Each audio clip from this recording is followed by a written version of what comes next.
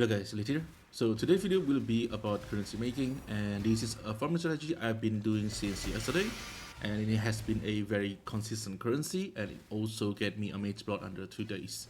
And the strategy is basically boss rushing. This is the same thing that I did on last league, and the difference is right now we don't have Mirage, so we don't get double boss or something like that, so it's a little bit less because of that. But one thing that I cannot remember is the Astrolabe drops. I think before the Astrolabe we have to drop it inside the Mirage. Right now, you can get Astrolabe just by the normal bosses. So Astrolabe is additional currency that we can get from these farms. And this is basically what I do. First, you're going to get the Conqueror maps, and you're going to make all of them rare by alching them, and then you're going to exalt them twice to make them 6 mod. And also make sure that it doesn't have a mod that you cannot run, and also try to make the mod not too rippy, because this strategy can get quite scary. As for the scarabs, I'm going to use Influence Scarab of Interference. This is going to give you even more Guardian bosses. And the next one is Horn Scarab Awakening. This is going to give you random Invitation bosses. Most of the time it will be the Guardian bosses too, but sometimes you will face the Fury Invitations. That one can be very rippy, so be careful with that one.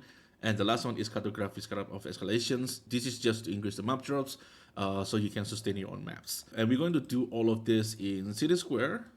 So this one over here, and then we're going to use Maven Witness. Now, after you do 4 of these with Maven Witness, you will able to get invitation here. And what you're going to do the same thing, you're going to alt them, you're going to exalt them, and make them a 6 mod, and then you do them. And that is basically the rotations, you just keep repeating that again and again. As for the passive tree, this is the passive tree I'm using. It's just basically a lot of the map nodes, because map is one of the source of the currency. And some scraps node from the unique bosses. You get some, but it's not that big of a deal. And then the next one is I'm also taking Nico. This is just to give you more power. And even if you already have strong enough characters, the additional speed is always good. And that's also the reason why I'm using Shrine. Getting the Acceleration Shrine will make things a lot faster. And the faster you can do this, the more currency you're going to make. As for the top one, I do not take the synthesized maps, because synthesized maps is the cheapest one. The same with the Shaper, but this node also give Elder, and Elder is pretty expensive, so I'm still using this one. The same goes for the Conqueror, and we're going to take the Destructive Play because we are playing with Maven. So that basically is the Atlas passive. It's very simple. This is a very straightforward strategy, and just because this is very consistent. In the case of leagues like this, where the drop is not really that great, this can be a really good currency making, and it's very stable. And the scalp price is also very stable. Like interference is very cheap, escalation is super cheap.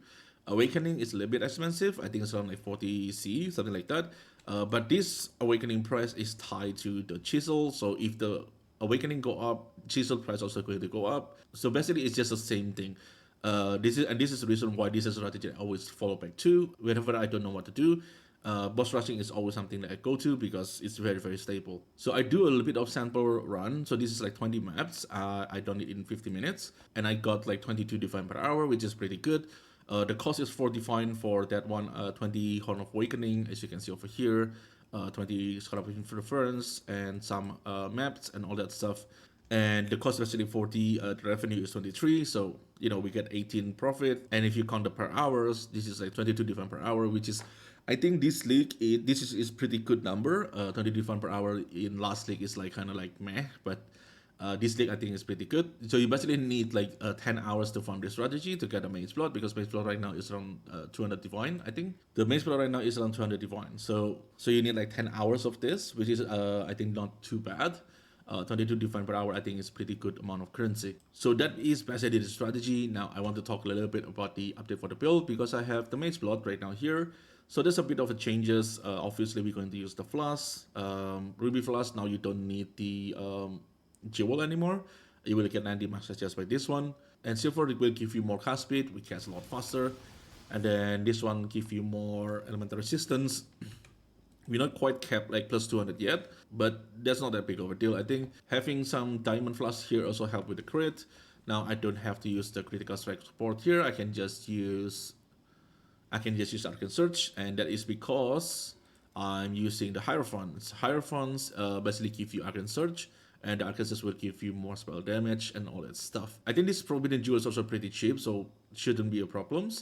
And we basically have the same amount of DPS compared to like the previous one, the high budget one. But I decided that I think we have enough DPS, so let's just invest on something else. So there's a reason why you see that I'm using this two medium cluster here. This medium cluster basically give you a lot of like AoE. Assault Dominance give you 25% AoE if you kill at least 5 enemy. In mapping is always active. And then Towering Threat give you AoE and also life. The life is also nice, right? Give you a little bit more life, more survivability. And the same thing goes for here. And we also get this node over here. This will basically will give you endurance charges. And the funny thing is, this also apply because we can also get hit consistently with Amenity Embrace. So the endurance charges is pretty much always up all of the time because of that node. So that node is actually pretty good. And on the mastery, I take the 30% reduce extra damage from critical strike. So this plus the body armor, I'm basically reducing 80% damage from the critical strike. So it's pretty good survivability so far. I also changed the aura from Herald of Ash to Flesh and Stone because you don't really need the Herald of Ash for clear. Herald of Ash basically just to give you extra fire. And if you want to be more tanky than this, the same thing as before, you want to take the block node, try to cap your block. In this kind of build, block cap is really strong.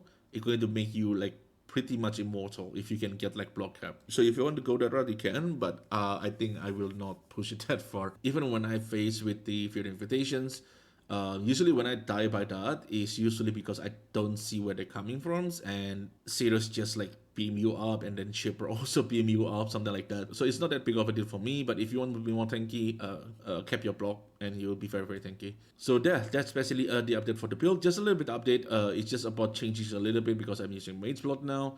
That's allow you to do few things, right? You don't have to path to this node, so it save a little bit point because we can just cap our crit with just a diamond flash, so you don't really need to take all the crit node. And I also changed the anointment to charisma. That means we don't have to take any node here. It's also saving point, and I basically allocate all the point on the AoE and a little bit more life. The AoE just make the clears a lot better. You can just bling around, and the AoE of the Withering Blast will be good enough to clear most of the things. So, and since now I already got my Mageblood, next video we will explore more about the currency making, Voyage, Abyss. Unfortunately, we don't really get a buff on Abyss, but I think there is a few strategy you can do with it, but I need to test it first. And since I already got my Mageblood, I can burn as much currency as I want. It doesn't really matter that much anymore. So that will be the next. And as usual, if you guys have any questions, just leave in the comment below. I will try my best to answer it. And thank you everyone for watching. I really appreciate it. And I will see you on the next one.